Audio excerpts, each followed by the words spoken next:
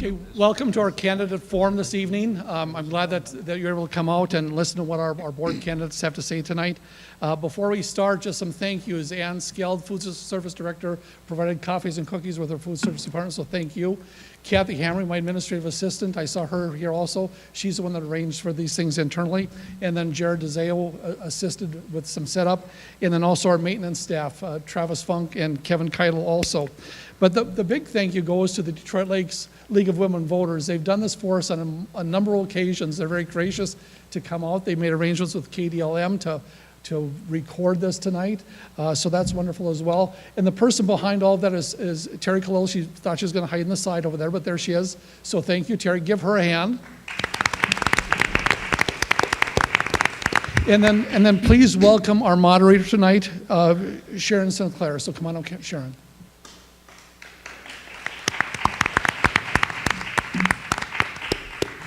Thank you, and welcome to all of you. We're so glad to see you here this evening. We have a lot of candidates and a lot of good questions. My name is Sharon Sinclair. As the superintendent said, I am with the League of Women Voters, and I'll be the moderator for tonight. Tonight we are partnering with the Chamber of Commerce in Detroit Lakes.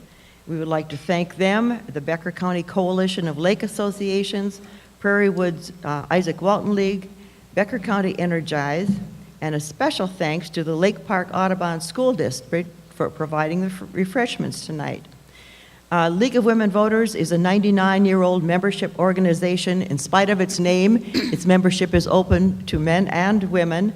We encourage active, informed participation in government and influence public policy through education and advocacy. The League does not endorse candidates for office or political parties.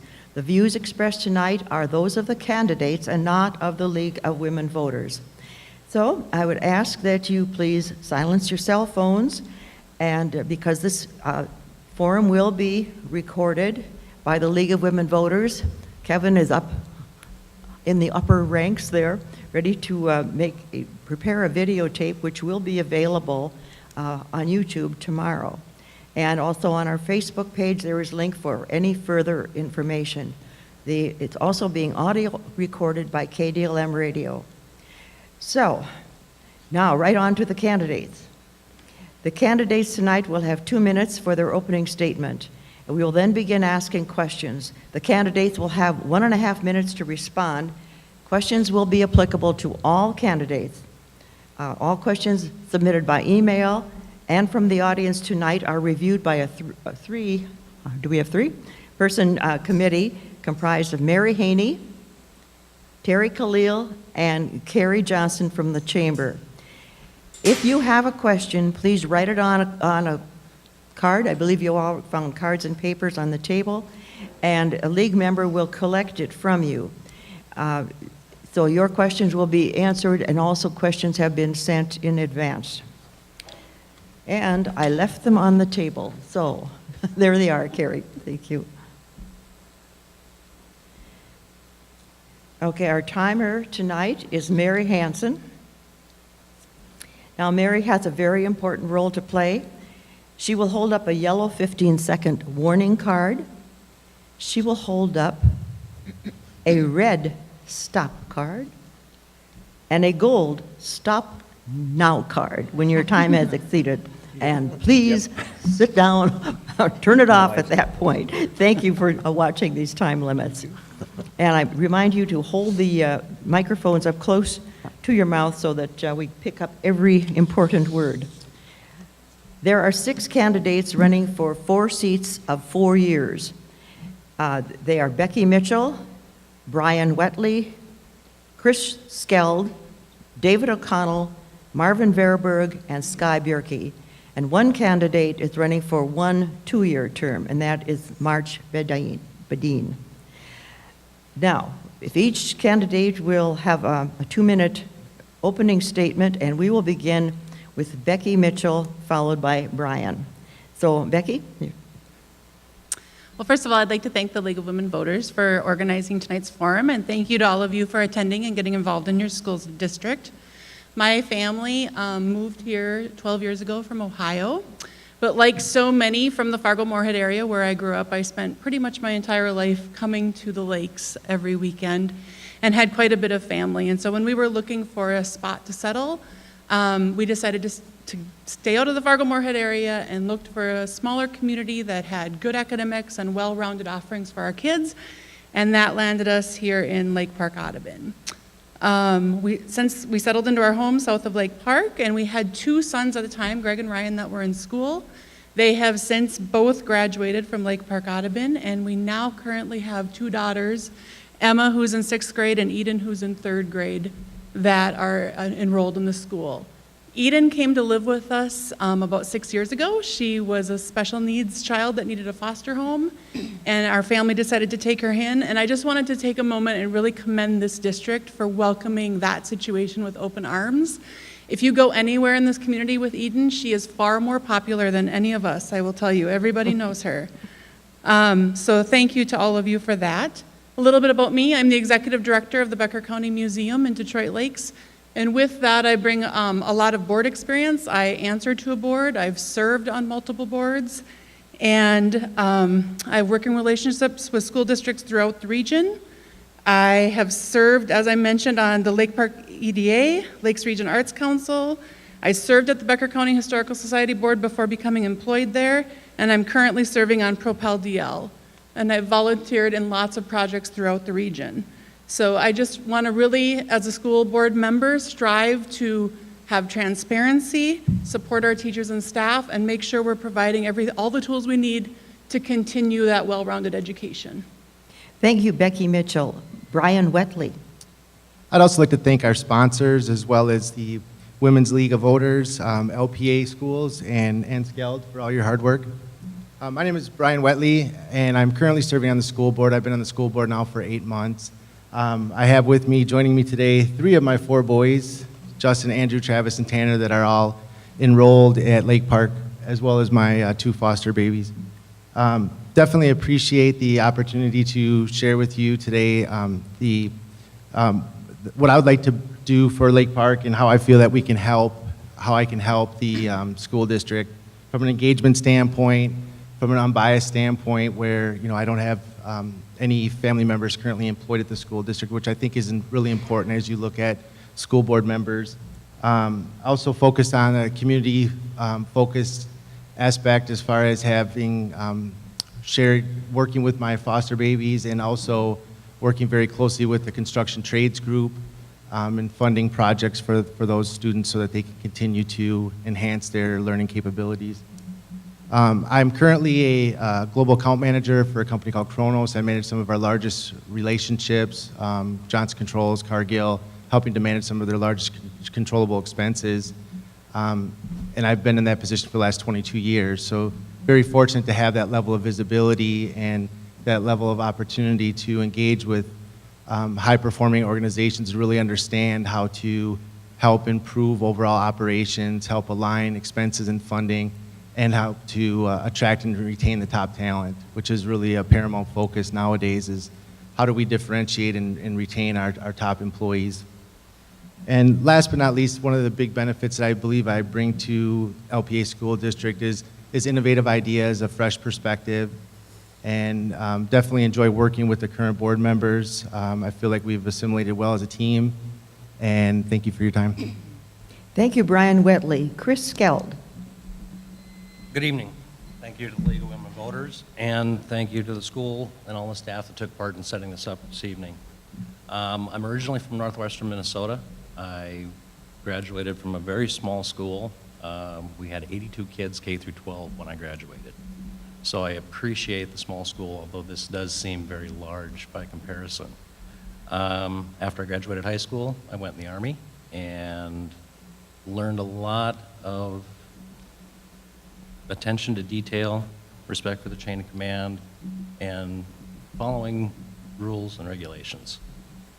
Everything we've got here is guided by that.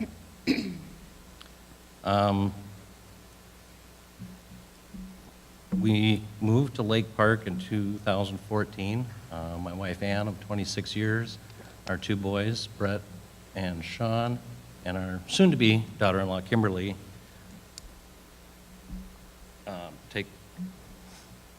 My apologies. I'm not the best public speaker. We like to take full advantage of life in Lakes Country. What I want to bring to the school board is a fresh perspective. Offer the ideas that I can bring to the table.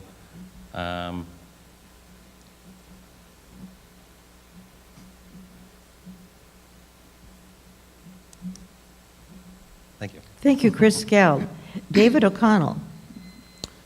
Good evening. I'd like to thank everyone else, all the people in the audience here and everyone that participated in setting this up.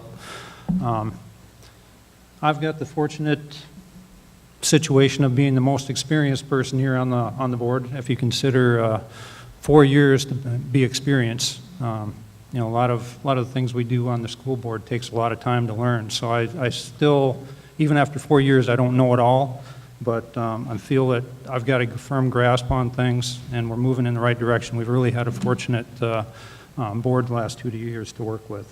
A little bit about my background. I've got some pretty deep roots here in Lake Park, along with my wife Katie, who teaches 6th grade.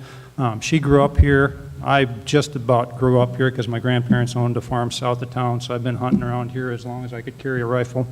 We've got 3 kids in the school district, so really tied to making sure that our kids are doing the best and getting the best education they can. What I bring to the school board is I spent 24 years in the military, so I know the leadership and teamwork aspect that's required for our faculty and staff. I've also spent some time in the teaching community. I was a professor out at West Point, New York for 3 years, so I taught in a classroom there, so I know the value and the great experience it is when you reach out and you touch a kid and you can affect their life and turn them around and teach them everything they need to know. For about the last 20 years, including about the last half of my career in the Army, I was a project manager, so I've dealt with cost, schedule, and performance and very tight timelines for accomplishing and getting the mission done to develop new product for the Army. So it helps me with the business aspect of coming in to try and help balance the budget here at the school, and my main goal coming up is to just continue with our 5-year strategic plan and make sure we follow through with it. Thank you. Thank you, David O'Connell. Marvin Veriberg. I thought I was ready. I grew up here in the area and graduated from LPA. Raised my family here. We live north of Audubon. My oldest daughter graduated last year. My wife works at the elementary school as a librarian and ECFE secretary. I'm the maintenance supervisor for the city of Audubon. Just started that gig here in last January. And I do a little bit of plumbing on the side. Most of my life I've been self-employed.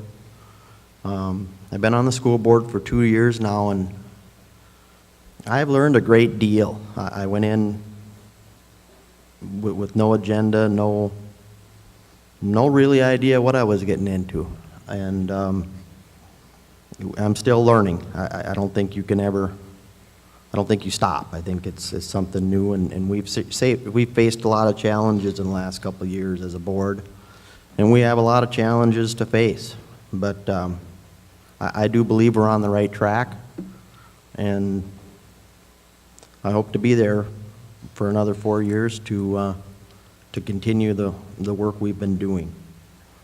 That's about all I have for you. I'm going to move it on down to Sky. Thank you, Marvin Veriberg. Sky Bierke. Hi. Thank you guys for taking time out of your evening to attend tonight. I think all of us here really do appreciate your interest in this upcoming election. My family, I have 5 boys in the district. We just live south of Lake Park. I was elected to the board for a 2-year term back in 2016. 2 years ago, 5 of the 7 of us that were elected were new board members.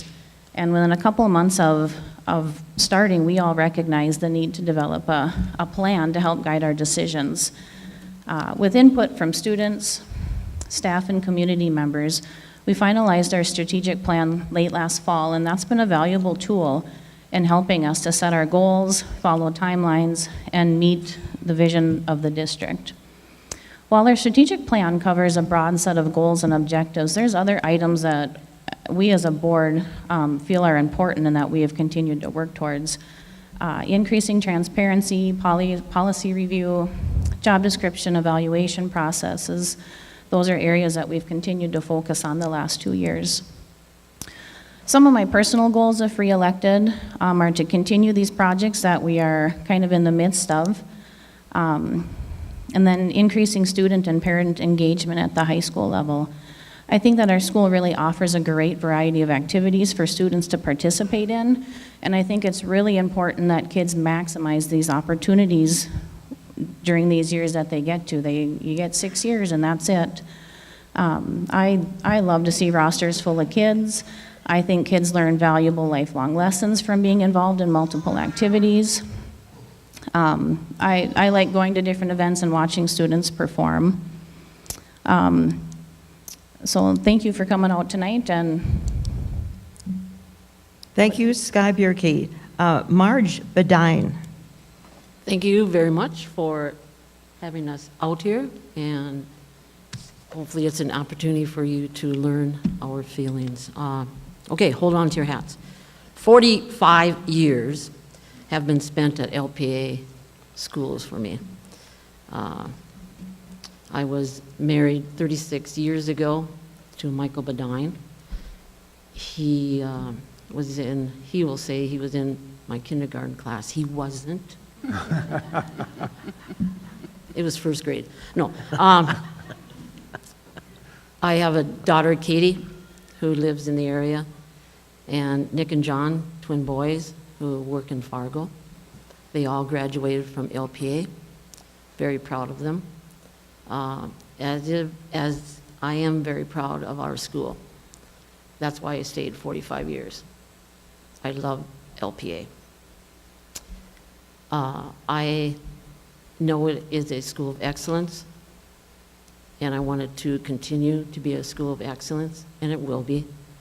But if I can help it become even better, that is my goal. And that's all I have. Thank you, Marge Bedine. We'll now move into the submitted questions. The order of the questions has been numerically balanced so that everyone has an equal opportunity to respond first and last. And Marge, you get to be first on the first question, followed by Chris. The first question, the Minnesota State School Boards Association defines the role of a school board member and the role of a superintendent. Following state guidelines, in your opinion, what is the role of the school board, the superintendent, and principals? Marge Bedine. First is school board, Yes. then the superintendent, and then what's the last one? The principals. Okay. Well, the school board makes decisions on how to make the school the best it possibly. The school board makes the decision on how to make the school the best. The superintendent is over the school board, trying to guide them so we will make good decisions. And the principals carry on their duties in the separate schools to make sure that the kids are following what the school board and the superintendent want them to do.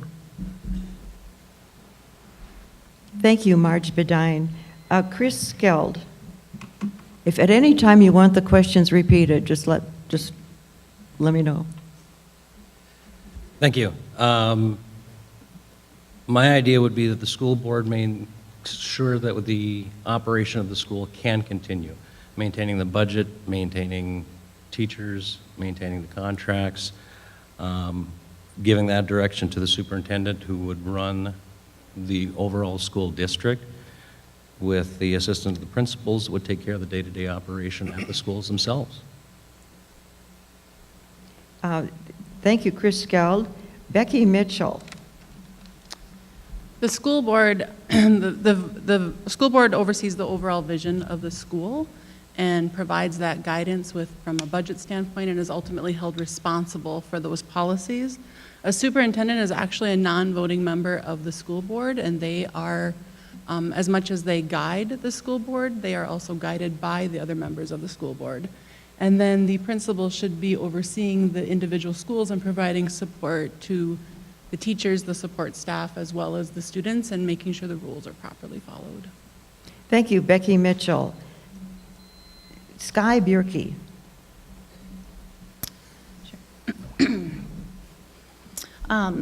Like some others kind of touched to, the school board's role is to help achieve the school's vision, work with their belief statement, implement policies, make sure that their appropriate policies are in place, make sure they're being, that the superintendent implements those policies. You know, their job is to kind of effectively lead the 10,000-foot view decisions of the school. The superintendent is kind of the CEO of the district who implements the policies and, you know, essentially, you know, he's the one in charge. Building principals, they carry out the day-to-day activities. They're responsible for making sure curriculum is being implemented by teachers.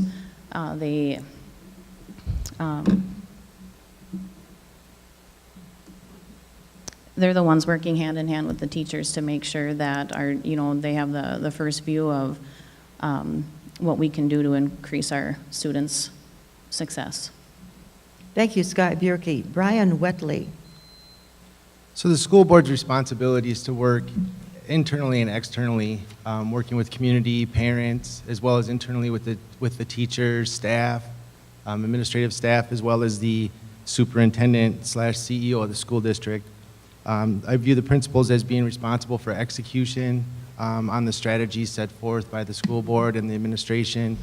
And also, even more importantly, I believe, from a principal standpoint, engaging with the students, ensuring that the students feel the love from the principals and know that there's a level of engagement there. And that's what I remember when I was in school, the principals that were very engaging and working with the students, and I know Mary does a very good job of that. So I think that's really important from a principal standpoint and as well as from a school board and execution standpoint.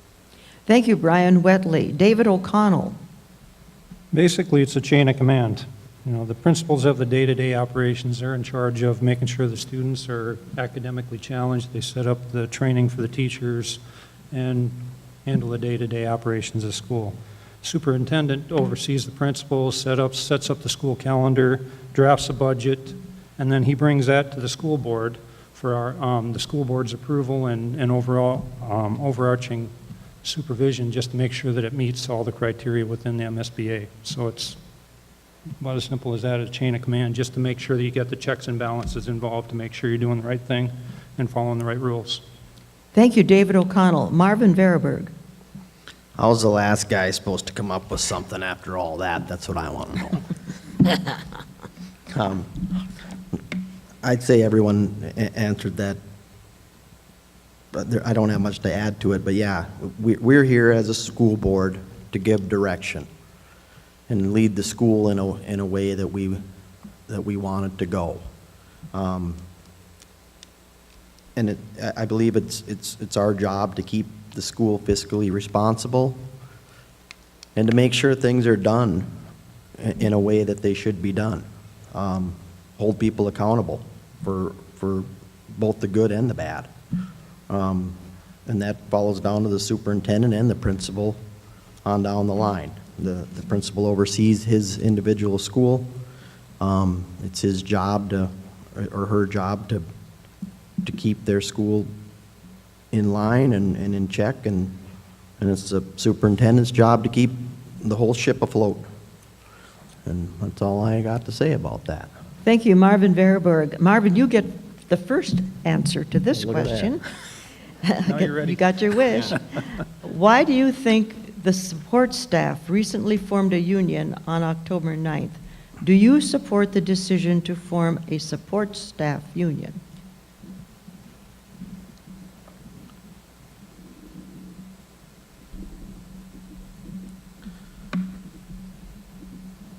I guess I'm not sure why they formed a union. I haven't had a formal meeting with anyone to get that answer.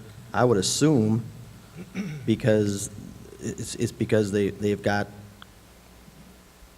concerns or things that aren't being handled in the way they want, and they want a voice. And I can see their point in that. Personally, I'm not a union man. I think there's places for unions. I don't see, honestly, where it's going to be a big benefit to them. But that's a decision that they made, and we'll work with them in any way we can. I think if that's what they think they need, we're willing to work with them. Thank you, Marvin Veriberg. David O'Connell. Just like Marv said, not exactly sure for all the reasoning for forming a union. If I was to venture a guess or an assumption, I think a lot of it maybe stems back to communications. We've had a lot of changes in the school district over the last couple of years with the new board and trying to alleviate and reduce our deficit. So we've done a lot of hard looks and made some changes. And I'm not sure that that's all getting communicated out to the public the way it should be. So if you have a lack of communications, there may be some issues there that lead to looking for a way, as Marv says, is having a voice.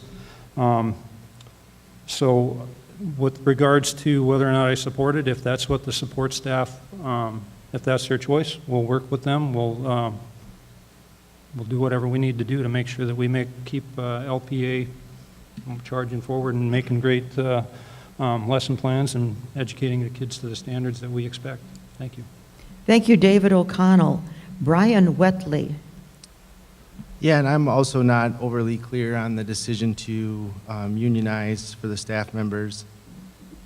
Be very candid, I'm very pro pay for performance. I think a union inhibits that somewhat, where everybody receives the same essentially.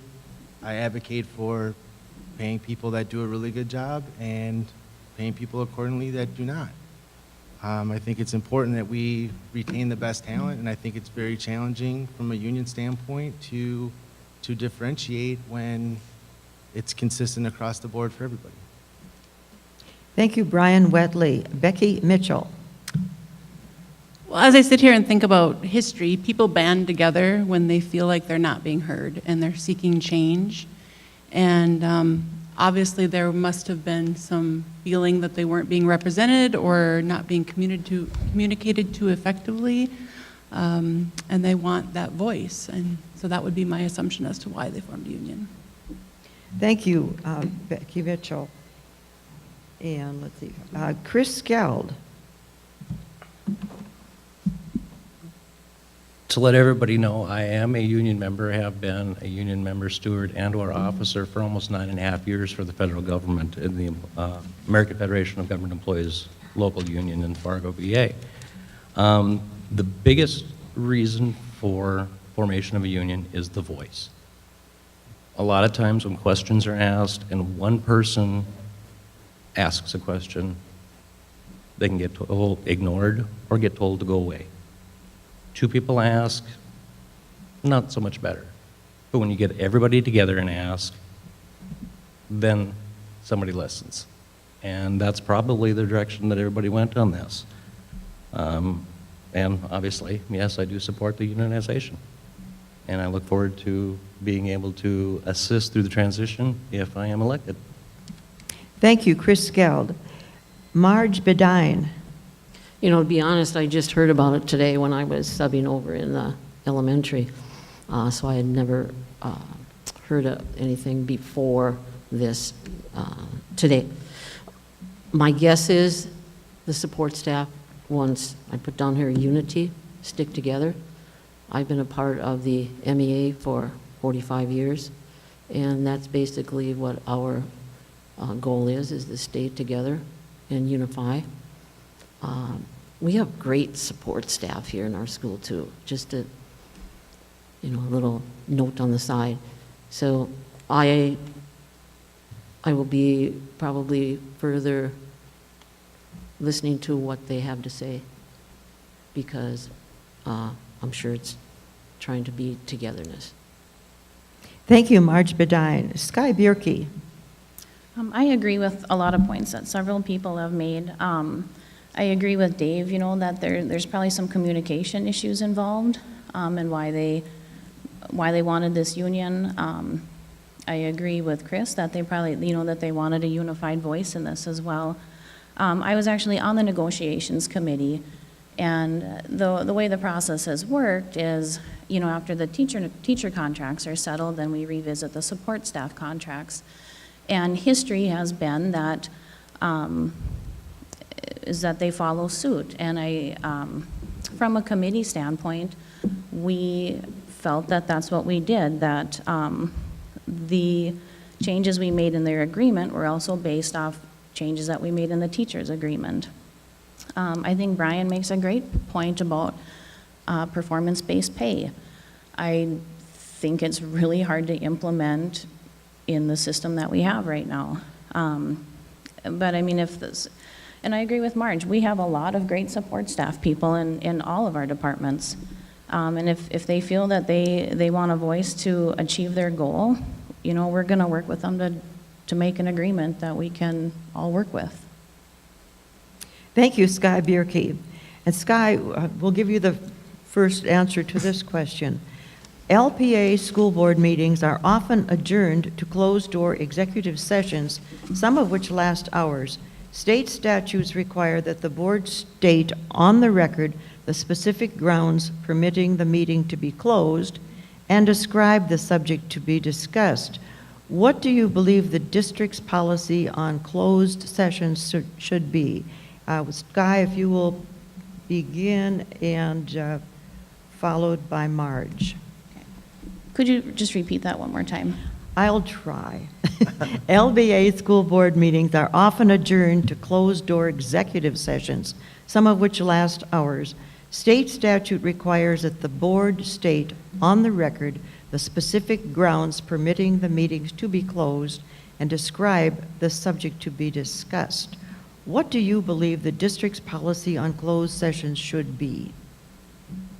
We actually just went through this last night in committee. We do have a policy on closed session. I don't have it with me or in front of me, but it does follow the Minnesota state statutes. Closed sessions are most often they are printed on the agenda that comes out 5 days before the meeting. Sometimes they have been added as an addendum, and they are done according to statute.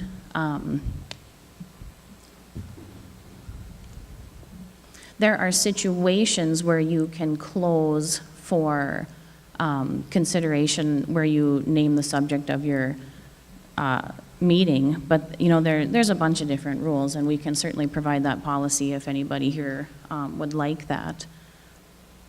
Thank you, Sky Bierke. Marge Bedine.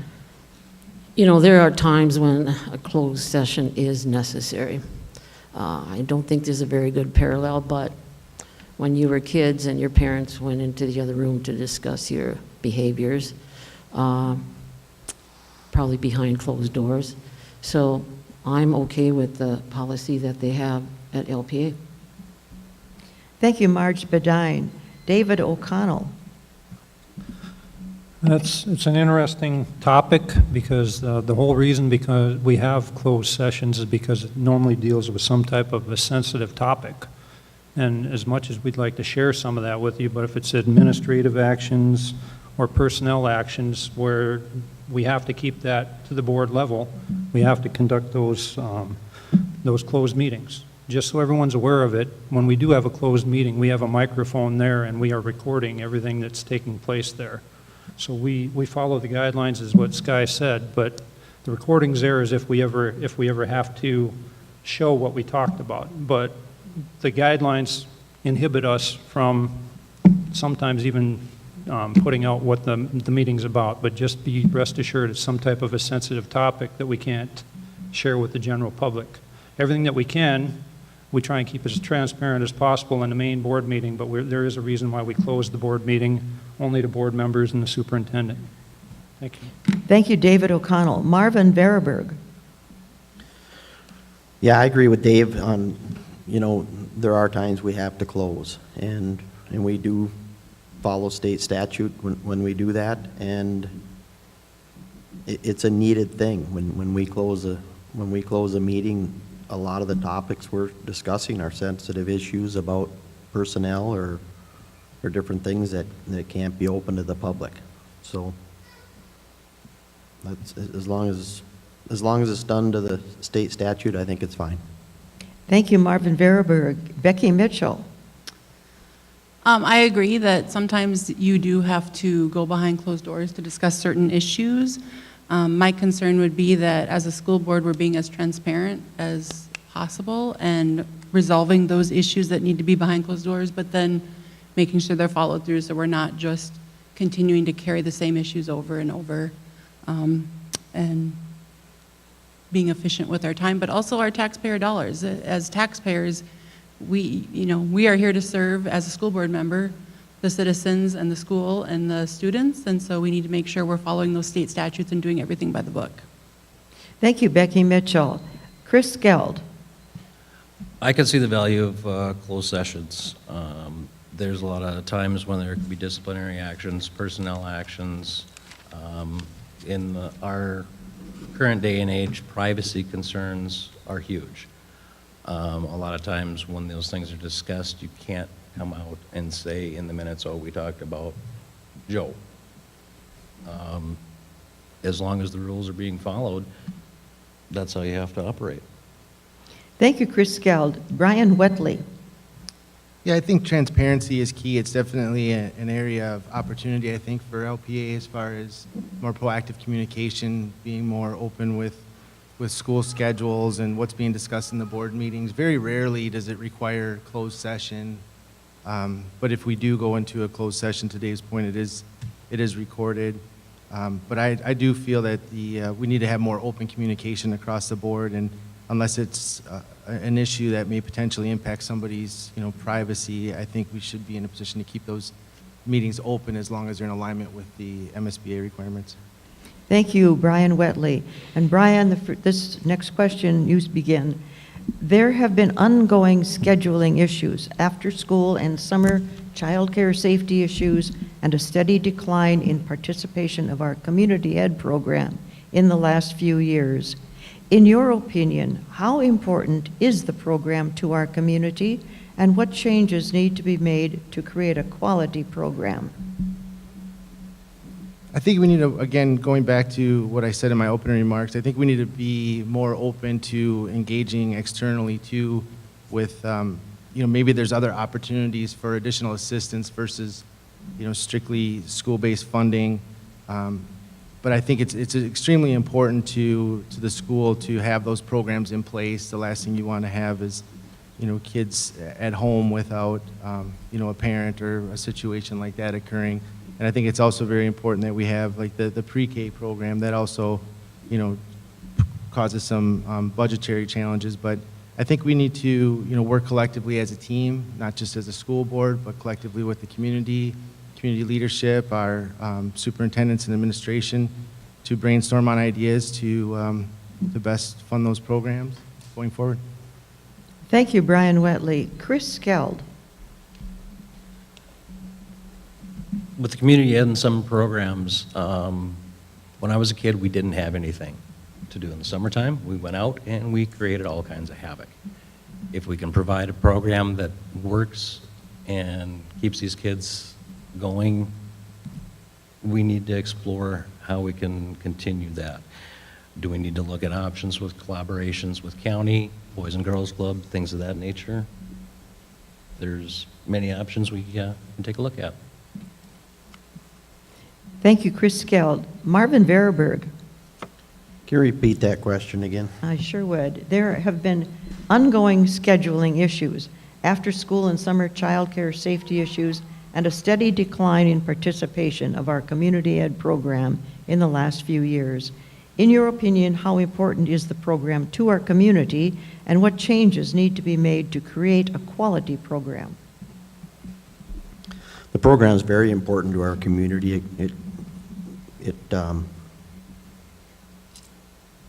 It gives kids something to do, and it gives parents some place to put their kids that's safe. We have had some issues, and we have been working on fixing those issues. But as far as community ed goes, it's a good program. It encompasses many things. It's not just after-school care or I'm on that committee, and it kind of blows me away how many things the community ed actually does. Thank you, Thank you, Marvin Verberg. Sky Bierke? I think our community ed program has lots of potential. There's lots of room for growth. Our after-school programs, currently with our targeted program, we are working with our Lake Agassiz Education Co-op, where there may be some changes coming in the future. The goal is that we're going to be changing who we run our targeted services through, which is going to give us the opportunity to really change the way it looks as well. As far as summer programming, Chris's wife Ann was in charge of a lot of the youth programs this summer. And you know, that program needed someone to come in who's a great organizer, and she really provided that. She was a really positive person to take over that program. Like we said, there's lots of room for growth in it. And like Brian said, district-wide, we need to work as a team to generate ideas and to work with how we can make this program grow. Thank you, Sky Bierke. Marge Bedine. I have been on the community ed board for probably 30 years now. Have there been changes? Somewhat. But community ed has always been a strong program. I feel it's still strong today. You have to have the participants, though. I know some of our programs are not always attended to, but if the people don't come, the program's offered, but if they don't come, then your participation declines. And that's how it's changed over the years. We don't get as many people coming forth for some of our program. And we worked on that the other night too, trying to strengthen it. So I love community ed. I think it's a great program, and we'll be fine. Thank you, Marge Bedine. Becky Mitchell. Schools are often viewed as the heart of the community, especially in small communities. And I think that to engage those small communities, we can be fickle sometimes, especially as adults. It's hard to get us out of our chairs. I think we need to work on marketing a little bit more. I do agree that there's been some great offerings over the years in classes, but I don't think we have been effective in marketing to everybody. And as far as the child care situation goes, I think we need to make sure we have qualified staff, at least leading. I don't, off the top of my head, know this if there's a state statute on how old you have to be to work, but is there an opportunity to work with the local colleges or even some of our older teenagers to possibly be assistants? That would be one thing I would want to look into, I guess. And I think that community ed is a great opportunity to form relationships with your businesses, your adults in your community, your kids, but also those maybe from outside of your community that are looking for an opportunity to maybe share their talents. Thank you, Becky Mitchell. David O'Connell. Okay, I think, some of this comes back to communication. Like Becky said, marketing is always a big thing, even in the business world. If you want to get activity in there, you got to get the word out to people, make it exciting. If you do community ed, we've been doing it a long time. Sometimes there's cases where you just do the same thing over and over again. That can affect how many people are involved. So you got to mix it up, make it exciting, get the right staff there. So all those things are things that we'll have to continue to look at and get the right people in the right position to make it fun and exciting for the kids. If it's not fun and exciting, the minute that one person has a bad experience, then, well, why should I go back? So you got to constantly change things up and make it exciting so that, and welcoming for the kids to participate. I think it's a great program. So we just need to look at new ideas to see how we can change it up and make it better. Thank you, David O'Connell. And then going to you, David, for the first, for the answer to this question, do you feel teacher salaries are competitive?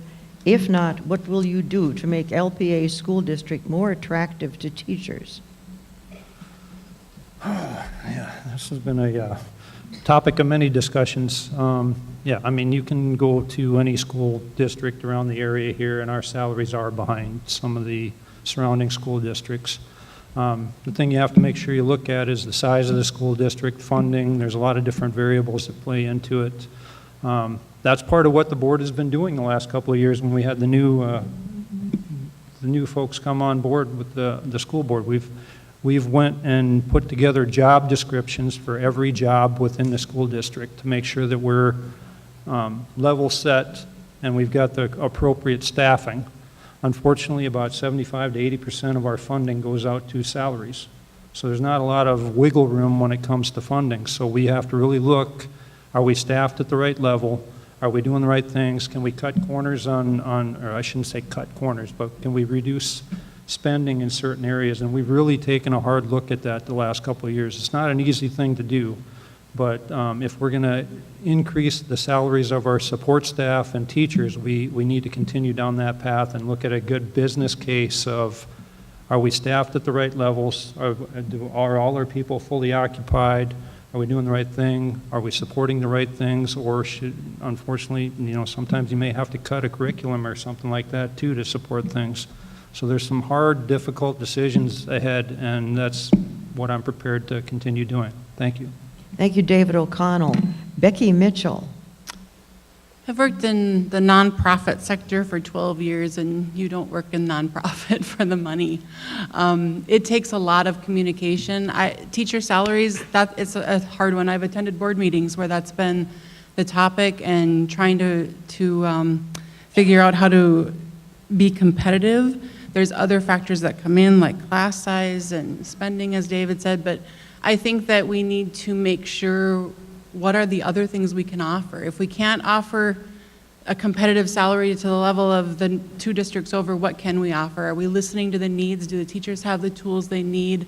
How can we get creative and maybe giving that sense of ownership for staying in our district? Thank you, Becky Mitchell. Marge Bedine. This one is a tough one, since I was on the other side so many years.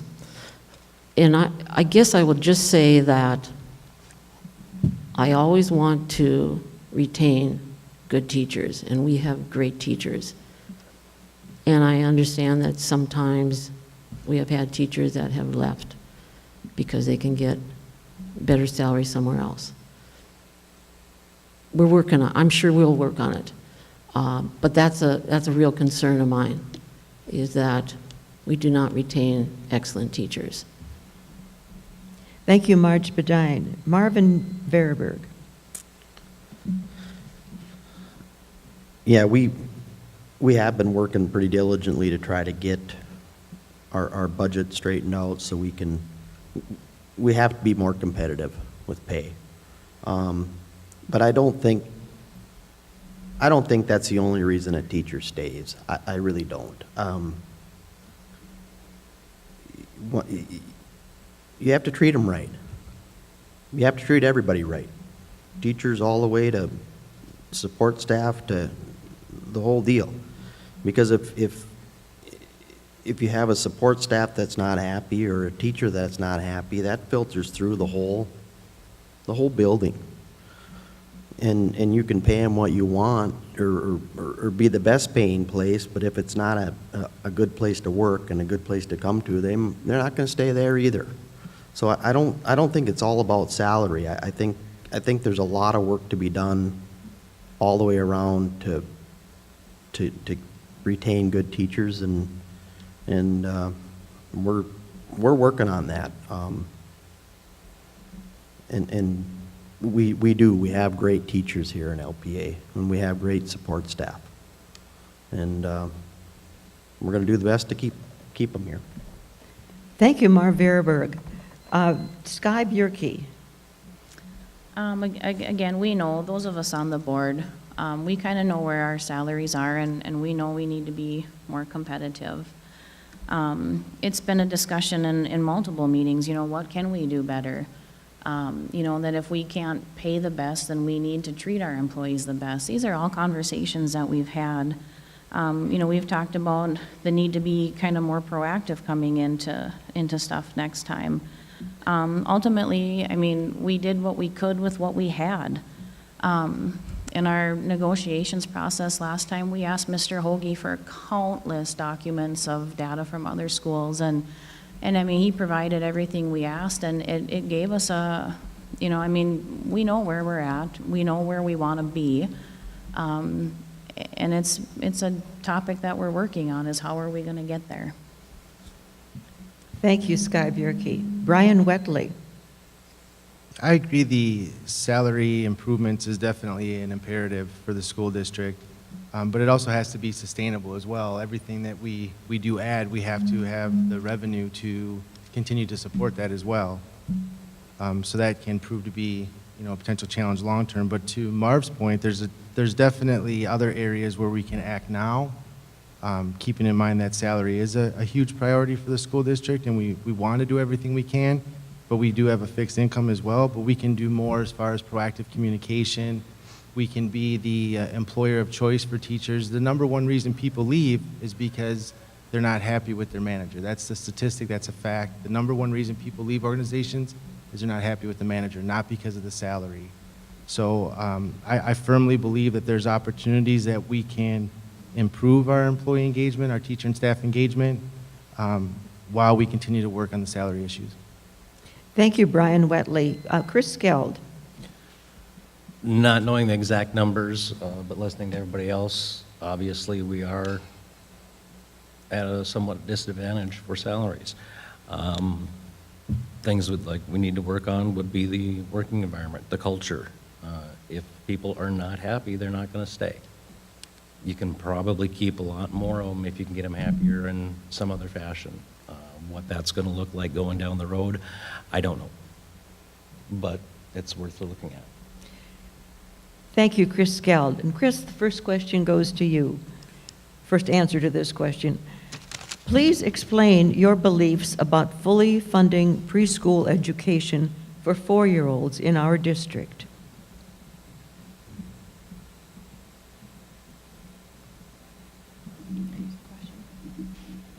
Could you repeat that, please? Please explain your beliefs about fully funding preschool education for 4-year-olds in our district.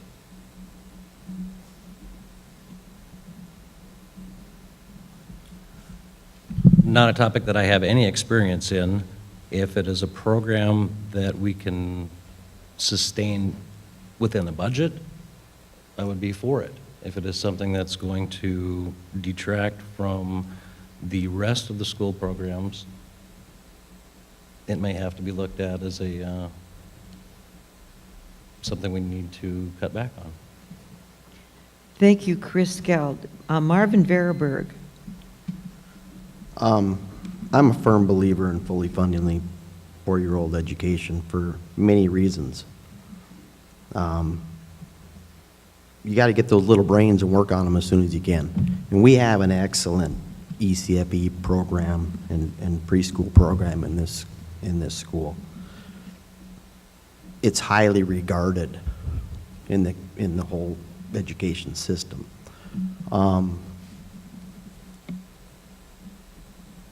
It also, that program, once those kids come into our school, they usually stay. Very, very seldom do they leave here.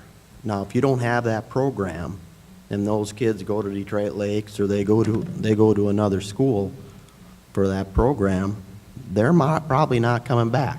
They like it there, and they're used to going there, and they're going to stay there. So it's an expensive program. There's no doubt about it. But I believe as far as the bang for your buck, we're getting our money's worth out of that program. And we really do need to take a hard look at funding it.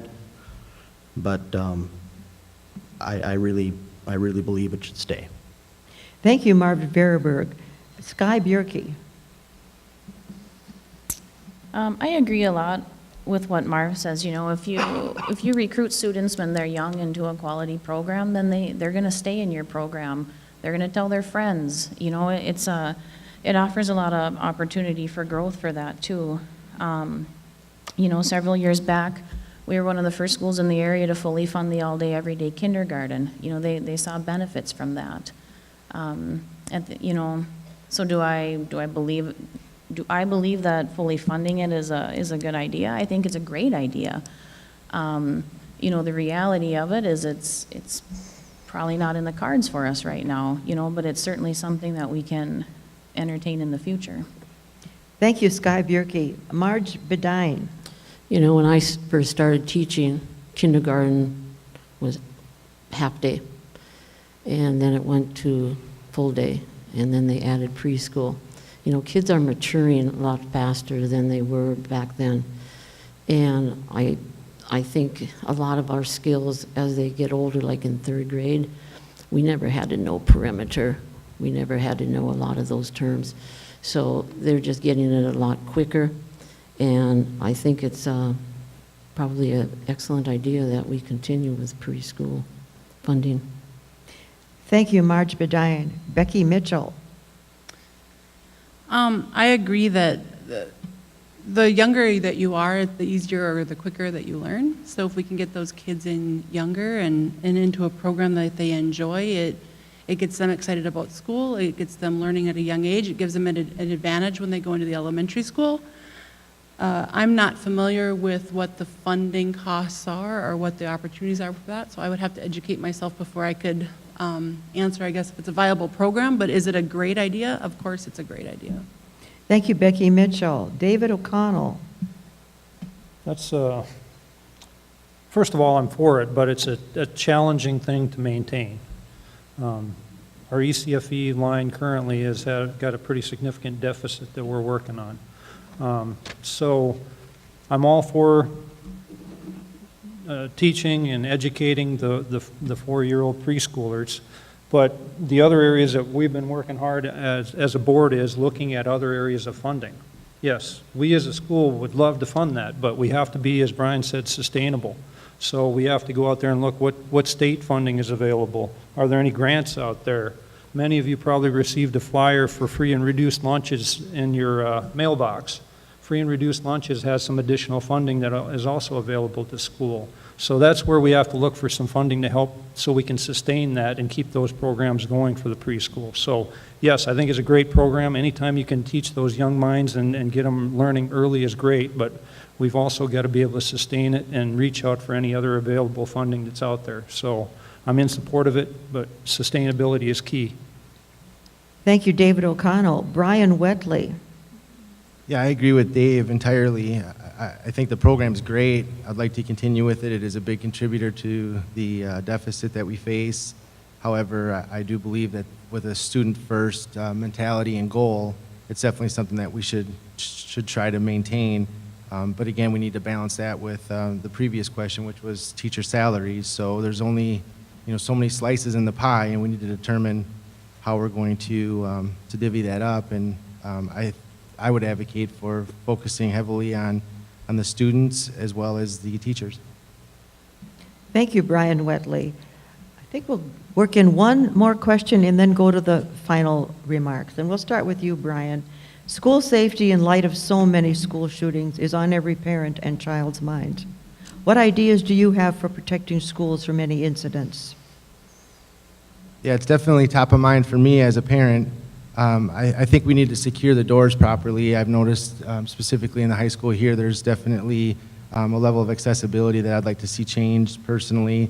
I've also looked at programs, free programs that I've socialized with the school board as well as Mr. Hoagie where we can engage with other firms, outside firms that do school assessments for free, and they also work with law enforcement agencies as well as community members to do that.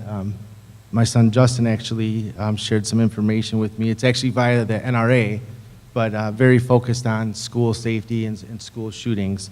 But it's definitely an important item that we need to continue to focus on, and I don't think we'll ever be done with that aspect. Thank you, Brian Wetley. Sky Bierke. School safety has been a much talked about topic in our board meetings. This fall, or over the summer and this fall, we did put door alarms on some of the least commonly used doors. There's been changes to our entrance doors that are almost finished. Both schools have cameras. Recently, we upgraded security cameras in the elementary. Mr. Hoagie applied for a school safety grant this last August. Unfortunately, there was not nearly enough money to go through the state for the amount that was being requested.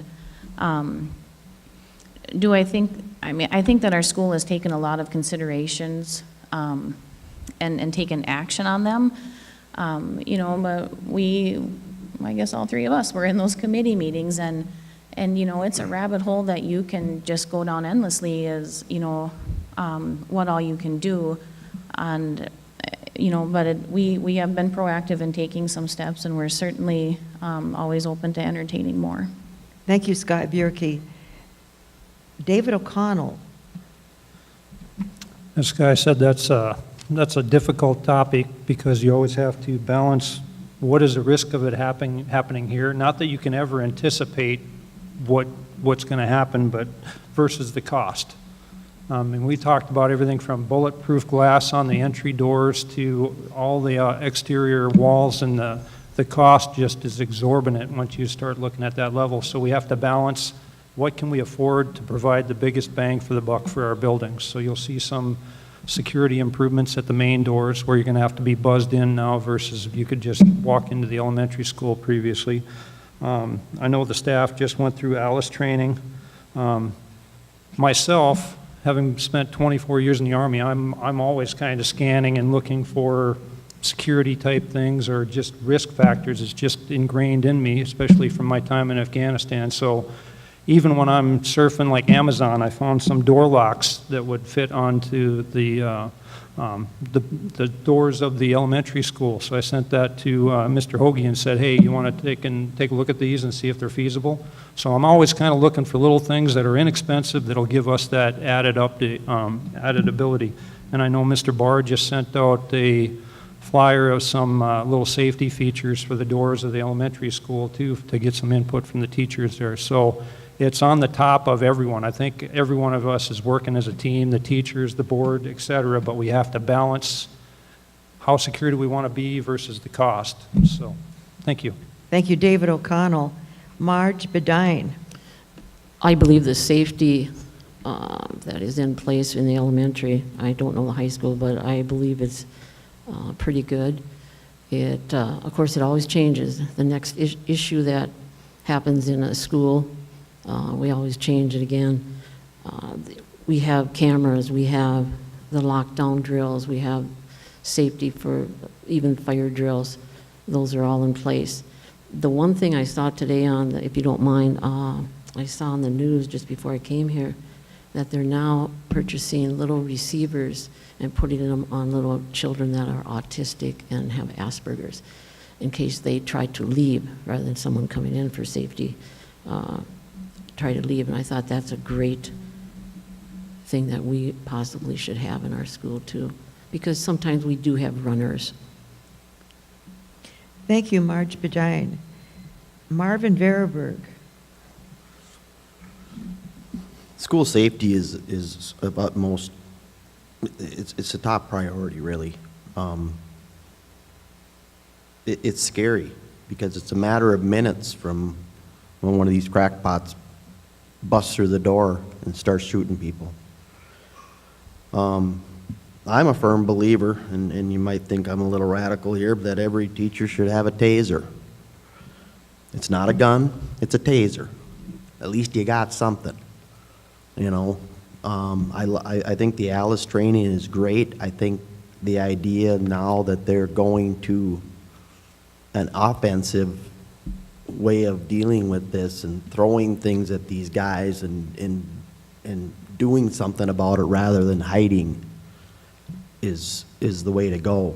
But I don't think we can do enough to make the school safer. I think it's an endless thing, and it doesn't look like something that's going to go away. The risk of it happening here, yeah, it's probably pretty low, but it only takes one time. So, yeah, it's a big deal. Thank you, Marvin Verberg. Chris Skeld. I'm with everybody else. I mean, you hear about these things happening constantly, and you can be prepared, and you can be prepared, and you can be prepared, and you can spend dollars, and you can do this, and you can lock the doors, and you can have cameras. We have to identify and see what our comfort level is, and then talk to the like Brian said, the NRA, other programs, other agencies that could possibly assist with that. But that's where community feedback and feedback from the staff would be key to figure out what they see versus what we see in the few minutes a day that we're here. Thank you, Chris Skeld. Becky Mitchell. School safety is one of those weighing issues, I think, for us as an entire nation, and it's a harsh reality that oftentimes those people, we know them. It's kind of that old, when I was growing up, it was always, you know, oftentimes your kidnapper knows you and be careful, and that's continued on. Same with school shootings. Oftentimes there's a link to the school, or it's a spouse, or there's some connection, and so I think that measures of door locks and anything that can be afforded financially is great, but it's also a huge education piece of, as a community, looking at each other. You know, is this person looking off today? Because unfortunately, we might know that person, and so we have to educate, and we have to educate our kids, which is also scary. It's a scary topic, and so we have to make sure we're educating them at a level that's appropriate and doing what we can as a community to make sure that we keep our schools safe. Thank you, Becky Mitchell. Now we'll have our closing remarks, and in your closing remarks, if you could give us an idea how you would specifically advance the goals of the strategic plan that the school board has recently passed. And we'll start with Marge Bedine. Do you have a copy of it? This was not a fair question. Just forget about it. I don't think this is a fair question. I agree with it. How's that? That's great. And then just go ahead to your closing remarks. I was trying to squash in one extra thing. As you all know, I love LPA. Always have. I just want to make sure that our school is continuing to be a great school, school of excellence, school with great teachers, and I know it will be. We don't have to fix much. Thank you. Thank you, Marge Bedine. Sky Bierke. Sure. When we got on the board 2 years ago, I remember somebody telling me that it would take me a year to learn how things work, and I, of course, thought that I would pick it up a little quicker, but that person was right. It does kind of take a full year to go through everything one time and you know, see what goes well with it and what things you could maybe change. Right now, we just have a lot of projects underway with the strategic plan, with the other things I talked about in my opening statements that I would certainly like to see through. Relating to the strategic plan, kind of finance and our budgeting has been a top priority project for us. You know, we have annual goals for student achievement and where we want to see kids, and I think the board as a whole, you know, kind of wants to have a more informed approach to this and receiving more input on where we are, and, you know, are we achieving our goals? You know, what steps are, and, you know, and if we're not, that's okay, but what are we going to change to get us where we want to be? I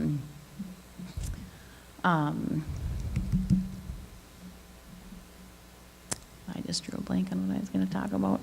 Other items that are in the strategic plan, getting our kids ready for the workforce. How can we change some of our course offerings to have students ready to go when they graduate?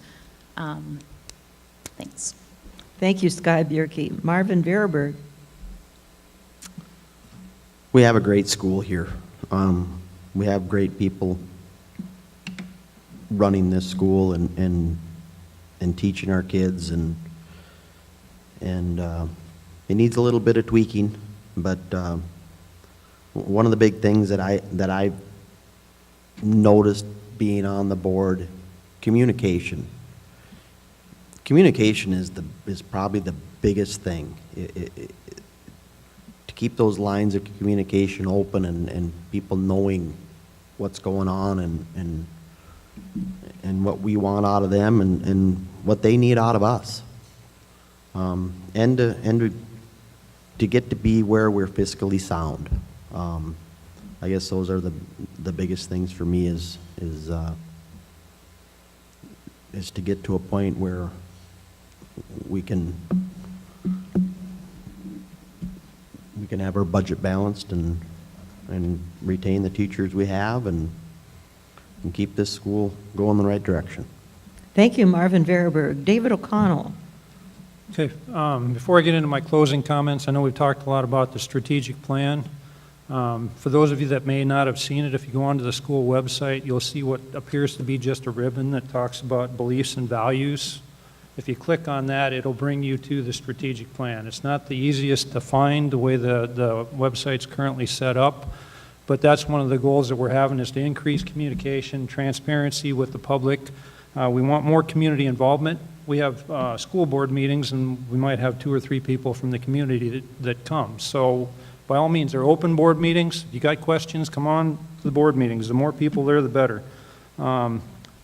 Our main goals are to balance the budget. And when I say our, the board's been working very hard on this strategic plan, so I'll speak for me, but I think I'm speaking for the whole board.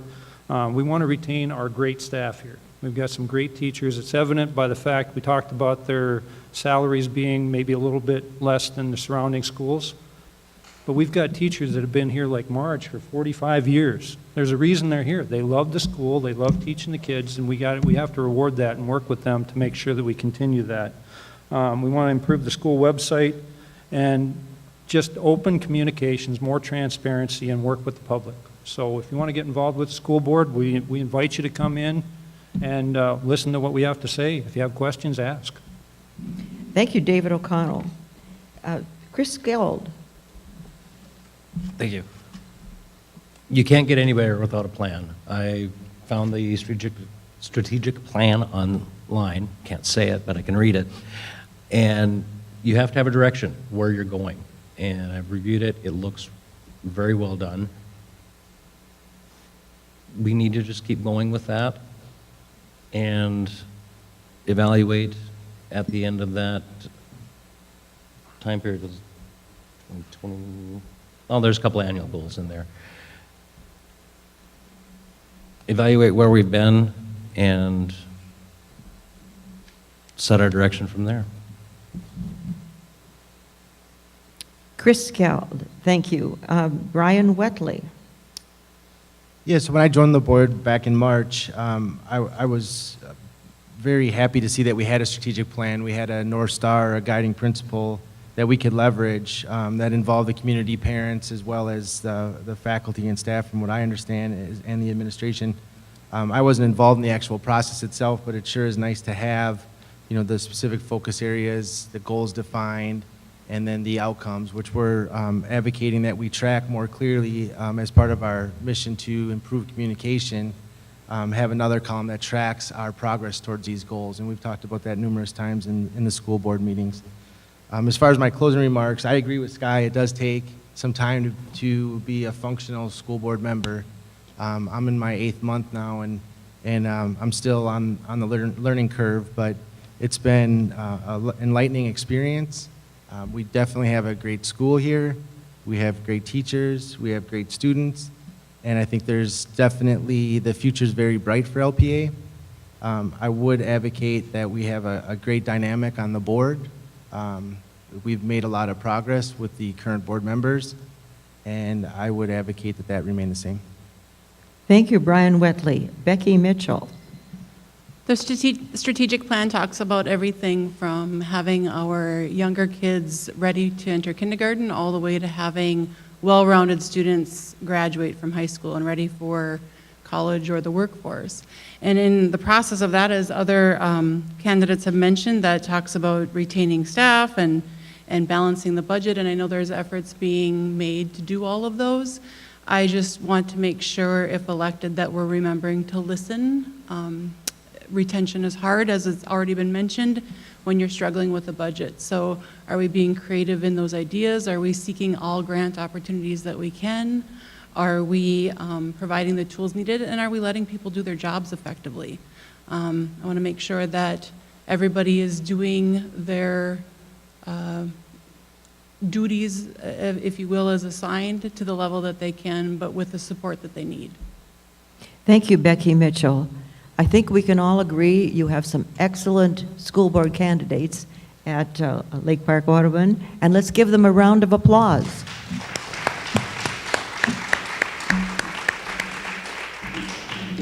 I'm sure if you have individual questions, they may be here for a minute or two after we're done. And I'd like to thank Kevin Mitchell for providing the technical expertise, and the video will be posted tomorrow. So check League's Facebook for additional information. Let's all remember to vote on Tuesday, and please have a safe and good evening.